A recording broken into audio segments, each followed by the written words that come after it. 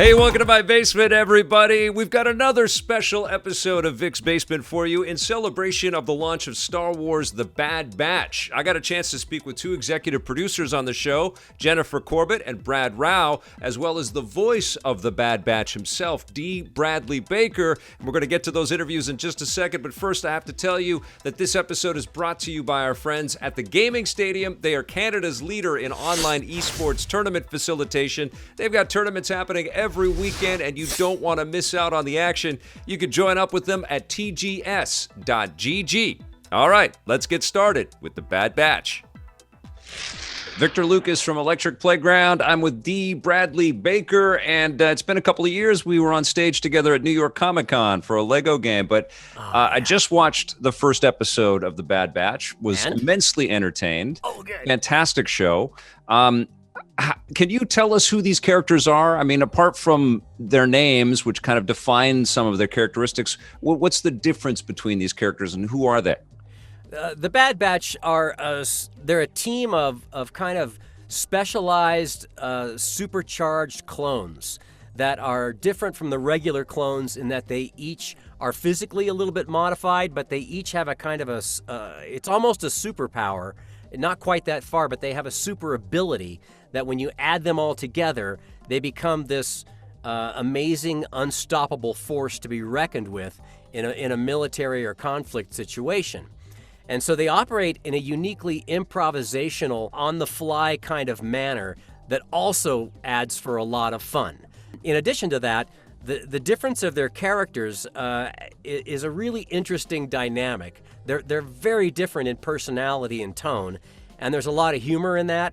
And there's also a lot of back and forth in terms of how they are to deal with what's coming at them. Which there's a lot as the world changed from Republic with Order 66 into the Empire, which is it's a profound, dramatic, and rather dreadful turn of events. And to see how they process this and work this out together, it's really interesting and fun at the same time. Can you believe how much of Star Wars lore you can chart your own career with now at this point? I can't believe it. I can't believe the degree to which I'm playing in this universe that so captivated me as a kid. I just thought that was the greatest thing I'd ever seen when I saw the first Star Wars movie. And I never in a million years would have dreamed that I'd be a part of it and filling it out in so many different and fun ways. So it's both an acting challenge, and it's also a thrill as the boy in me to be so entangled and so involved in the collaboration that is this amazing universe that George Lucas brought to life. All of the Bad Batch characters are super fun, but who do you dress as on Halloween? I have the unfortunate characteristic that if I try to cosplay any of the characters, I look less like the character than if I were cosplaying it. I don't think I would look like the characters if I tried. The one that I would like to be, that I think would be the most fun, I would need the most help with the cosplay to be Wrecker, because Wrecker's a blast, and Wrecker makes me laugh. And he's got this sort of unclouded, boyish energy, and also just this knee-jerk response to anything that's just totally honest. And he's like he's a little kid, but he also just likes to bang around and bust things up, and he's super strong, and all of these things that I am not. And so in a way, I think I might envy him and like to actually try to be him the most. Awesome. Congratulations, my friend. Fantastic work as always. Thank you. And I can't wait to watch the rest of the season. Thank you. Oh, it gets better and better. It starts great and it gets better. Hi. Hello, Brad. Hello, Jennifer. Good to meet you both. Can you tell me a little bit about the concept of the Bad Batch and how it fits into Star Wars lore? Yeah, the Bad Batch is a group of experimental clones who have unique genetic mutations and cybernetic enhancements in terms of Echo. And they are this elite squad who find themselves at the end of the Clone Wars and end up witnessing the fall of the Republic and are now part of the Empire, and they have to deal with the aftermath of that transition and decide where their place is in this new galaxy. So it's a tiny little bit of history and lore for you guys to grapple with.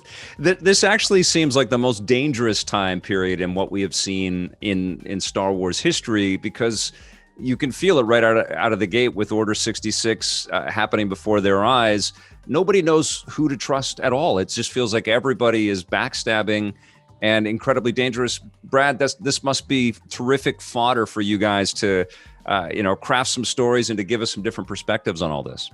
Absolutely. I mean, in this changing galaxy where the Empire is rising, but they're not at the full zenith of their power that we're familiar with in the original trilogy, there are gaps in power all across the galaxy. So who moves to start filling those gaps is really interesting. How our team deals with this changing universe and really just trying to survive is at the heart of our show. And yeah, the amount of stories we could tell out of that are almost infinite. It's really great.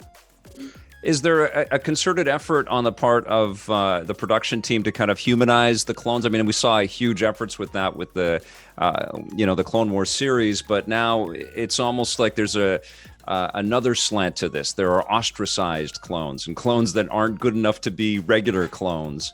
Is that part of what we're going to get from watching The Bad Batch? Yeah, I mean, they start off as this unit that the regular clones, consider defective, and a lot of the clones don't even know they exist. So the Bad Batch is used to taking on missions and kind of being under the radar. But when the Empire takes over, obviously they run things a little differently, and the Bad Batch definitely does not fit in. Whereas the other clone troopers, because of their chips, question the Empire's rule less and less, and there's more of a division between our Bad Batch and then the regular clones. Brad, why would Tarkin want to move away, and the Empire want to move away from clones and to human conscripts and to craft stormtroopers? Do they feel like the clones haven't been successful?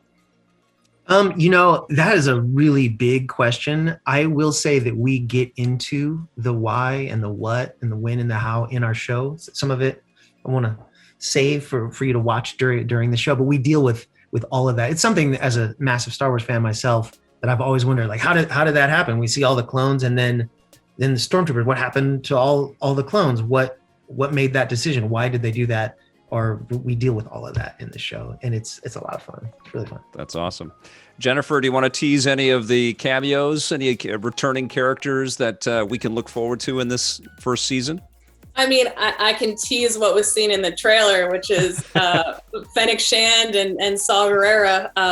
I will say there are other familiar faces that may pop up, but I think we're equally excited about the new characters that we've created and that audiences will soon get to meet and hopefully be attached to.